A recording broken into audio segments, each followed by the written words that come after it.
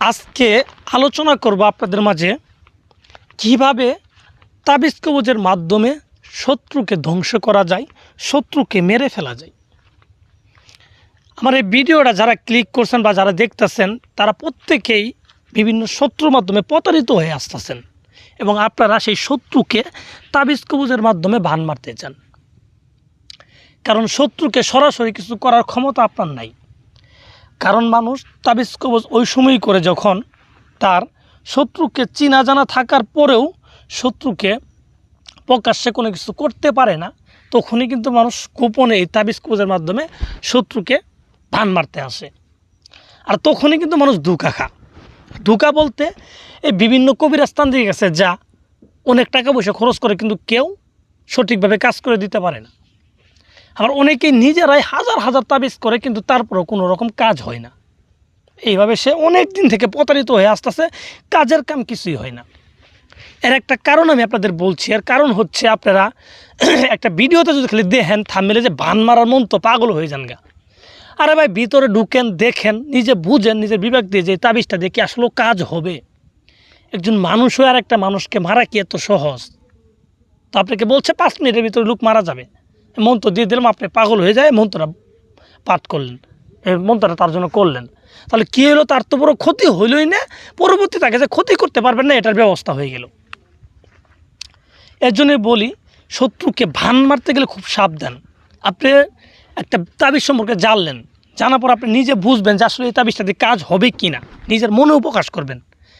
কারণ সহজ কোনোভাবে শত্রুকে ক্ষতি করা যায় না। তাই বলছি একটা তাবিজ দেখবেন, তাবিজের নিয়মকানুন সম্পর্কে জানবেন, তারপর আপনারা তাবিজটা করবেন সঠিক নিয়মে, তাহলে দেখবেন প্রথমেই আপনার কাজ হয়ে যাবে।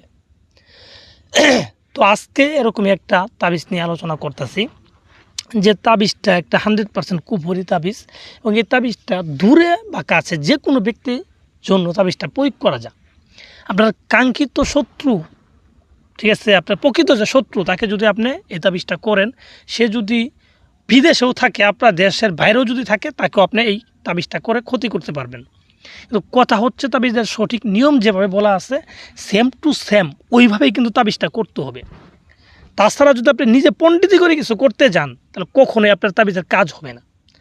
তাই বলবো, যদি ভান মারা তাবিজ করতে যান তাহলে আগে তাবিজের সঠিক নিয়মটা আছে সেই নিয়মটা ফলো করবেন, ওই অনুযায়ী তাবিজটা করবেন। একটা তাবিজ করবেন আপনি, একটা তাবিজেই কাজ হবে। আপনার কারোর কাছে যাইতে হবে না, নিজেই করতে পারবেন যদি সঠিকভাবে করেন আর তাবিজ কবজ সম্পর্কে যদি অভিজ্ঞতা থাকে আপনার। তো যাই হোক, আমি কথা বাড়াবো না। যে তাবিজটা নিয়ে আলোচনা করতেছি এটা কিন্তু একবারে মারাত্মক ধরনের একটা ভয়ঙ্কর কুফরি তাবিজ। এটা যদি আপনি মজা করো যদি কারোর জন্য করেন দেখবেন সে ধ্বংস হয়ে যাবে, একবারে গ্যারান্টি। এবং তাবিজটা সঠিক নিয়মে করতে হবে। তো সঠিক নিয়মটা তাহলে কি আমি আপনাদের বলছি, আপনারা মনোযোগ সহকারে আমার কথাগুলো শুনেন। আমার কথা শুনে দৌড়ায় তাবিজ লেখেন না, আমি কি বলি ভালোভাবে সম্পূর্ণটা শুনেন। এই তাবিজটা যারা লিখবেন, প্রথমত তাবিজটা লেখার পূর্বে তাবিজটাকে ভালোভাবে দেখে নেবেন কোন জায়গায় কি দেওয়া আছে। দেওয়ার পর আপনি এই তাবিজটা লিখবেন যে কোনো একটা শনিবারের দিন রাত্রে 11টা থেকে 12টার ভিতরে 1 ঘন্টার ভিতরে এই তাবিজটা লিখে শেষ করবেন। এবং এর জন্য যাইতে হবে আপনার যে কোনো একটা শ্মশান ঘাটে যাবেন। শ্মশান ঘাটে যাওয়ার পর, ঠিক আছে, শ্মশান যেখানে চিতাটা পুরা সেই জায়গায় আপনি বসবেন, দক্ষিণ দিক মুখ করে বসবেন। দক্ষিণ দিক মুখ করে বসার পরে আপনার কাঙ্ক্ষিত শত্রুর মতো করে তার চেহারার মতো করে একটা মূর্তি বানাবেন। মূর্তি বানানোর পরে সেই মূর্তিটাকে উপরে এই তাবিজটা অঙ্কন করবেন। মূর্তির পিছনের দিকে এই তাবিজটাকে অঙ্কন করবেন, একটা মূর্তি বানাবেন। তো অঙ্কন করার পরে তার সামনের দিকে শত্রুর নাম, তার বাবার নাম লিখে দিবেন। লিখে দেওয়ার পরে এই মূর্তিটাকে ওই জায়গায় বসে চন্দন কাঠ দিয়ে একটা আগুন করবেন। চন্দন কাঠ এগুলো কিনতে পাওয়া যায় 10,000 টাকা কেজি, এগুলো কিনতে পাওয়া যায়, দামও বলে দিলাম, এগুলো কিনতে পাওয়া যায়। এই চন্দন কাঠ দিয়ে আগুন করবেন।